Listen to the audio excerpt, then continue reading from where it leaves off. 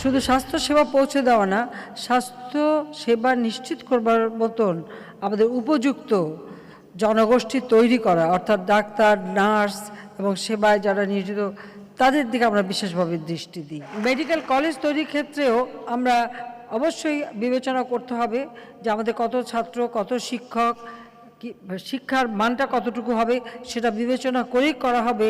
আমাদের অবশ্য কিছু কিছু অভ্যাস আছে, একটা যখন শুরু হয় তখন সবাই সেটা করতে চায়, সেভাবে যত্রতত্র করতে দেওয়া যাবে না, মানসম্মত হতে হবে। শিক্ষাটা এটা অত্যন্ত গুরুত্বপূর্ণ। এবং আমাদের গৃহীত পদক্ষেপের ফলে আজকে আমাদের দেশের মানুষ যাদের গড় আয়ু, আমি যখন দ্বিতীয়বার সরকারে আসি তখনও দেখেছি মাত্র ৬৬ বছর, আজকে তা ৭২ বছরে উন্নীত হয়েছে। তবে এখানে একটা বিষয় আমি জানি না এটা কেন, আমি যখন একটা হিসাব নিলাম দেখলাম ছেলেদের গড় আয়ু একটু কম, মেয়েদের একটু বেশি। মেয়েরা আবার একটু বেশি বাঁচে, বোধহয় মেয়েরা বেশি কষ্ট সহিষ্ণু, সেই জন্য বোধহয় বেশি বাঁচে।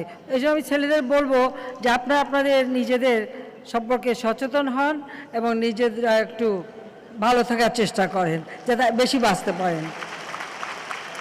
আমাদের গৃহীত পদক্ষেপের ফলে আমরা যেমন মাতৃমৃত্যু হার কমাতে সক্ষম হয়েছি, শিশু মৃত্যু হার আমরা কমাতে সক্ষম হয়েছি, এবং সবথেকে বড় কথা এখন আর বাংলাদেশে একটা শিশুও না খেয়ে থাকে না, অন্তত খাদ্য নিরাপত্তা নিশ্চিত করতে আমরা সক্ষম হয়েছি।